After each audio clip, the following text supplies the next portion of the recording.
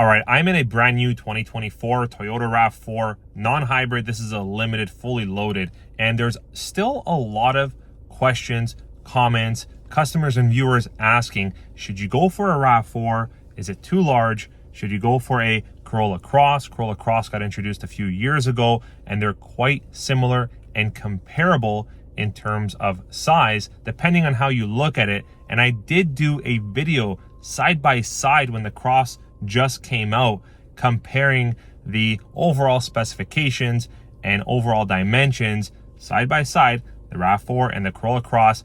We're going to revive that video a little bit, and we're going to make some comments and updates to it just ahead in this video to help all these viewers and customers decide and make the right decision on the RAV4 or the Corolla Cross. All right, so here's the video that I did. It featured an XLE RAV4 non-hybrid with an LE Toyota Corolla Cross, and the video did quite well. It's got nearly 800,000 views with around 8,000 likes and 500 plus comments, so definitely drawed some attention. And you can see I still get a lot of questions and comments regarding this comparison. So let's just review it. Let's go over again. I'll pause the video as we go along to give you any other comments or updates now that we've had the Corolla Cross for a few years. But let's get right to it. Okay, let's start with the all-new 2022 Corolla Cross that I've got here in white. So what's cool about it? Well, a lot of things. For one, pause. Since the inception of the Corolla Cross from 2022, we've seen some pretty nice improvements, updates, refinements, new model. For example, now we have the Corolla Cross Hybrid SE and XSE. You've got some colors that are available on the Corolla Cross that you just can't get on the RAV4, whether it's a gas or a hybrid, like the Acidic Blast. We've also got some improvements to the LE Premium package, which now features some super large 18-inch alloy wheels, which you typically would only get on the Corolla Cross XLE. So even so, the Corolla Cross has been out for only a few years, it's made some improvements already. Now, the Corolla Cross features a 2-liter 4-cylinder engine, puts out 169 horsepower and 151 pound-foot of torque, which we'll go over what the RAV4 puts out in just a second. And this lovely 2.5-liter 4-cylinder engine on the RAV4 puts out 203 horsepower and 180 pound-foot of torque.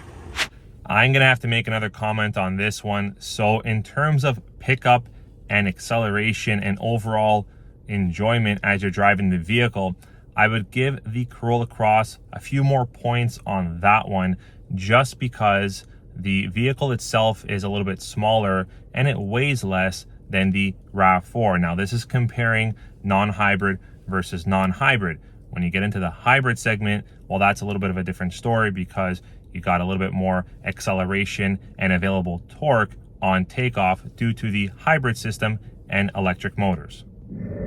The Corolla Cross stands 176 inches long. That's from nose to rear, 176 inches, versus the RAV4 at 181 inches long from nose to rear.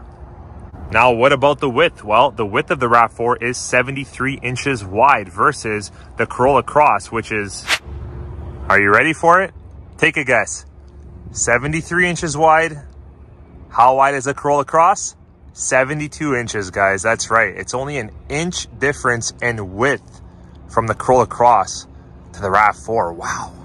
Pause right here. So most of the size difference when comparing side by side on the RAV4 and Corolla Cross is noticed mainly on the exterior. On the outside, you can see you're dealing with a different type of vehicle. But on the inside of the RAV4 and the Corolla Cross, the space and the feel is actually quite similar. Actually, one might argue that the Corolla Cross front seats, driver and passenger, have just about the same space as any RAV4.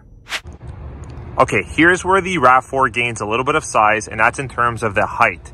So the height of the RAV4 is 68 inches, so it stands 68 inches tall, versus the Corolla Cross at 64.9 inches tall.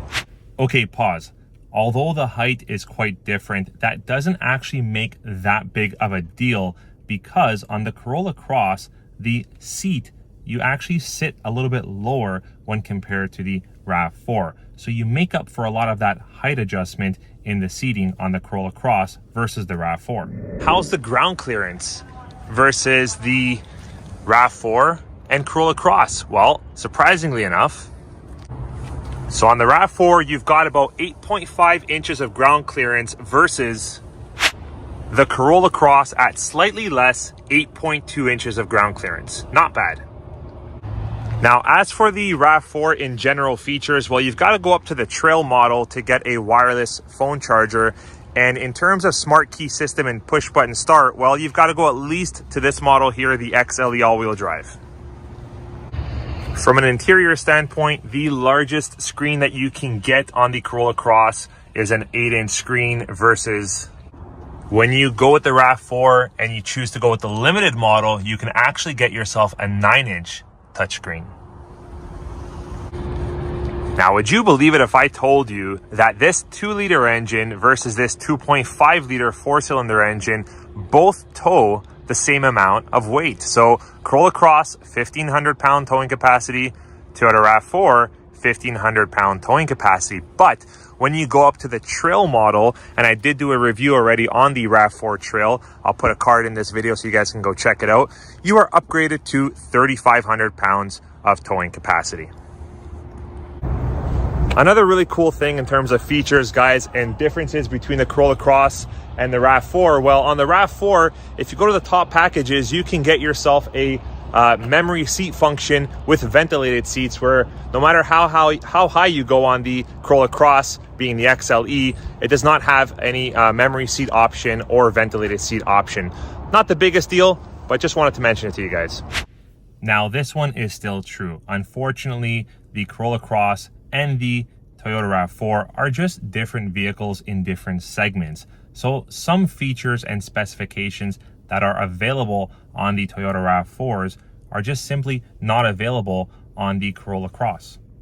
With features like the memory seats, digital display rear view mirror, ventilated front seats, panoramic view monitors, if you're looking for these type of features and specifications, well, then you're gonna have to go with something like a RAV4.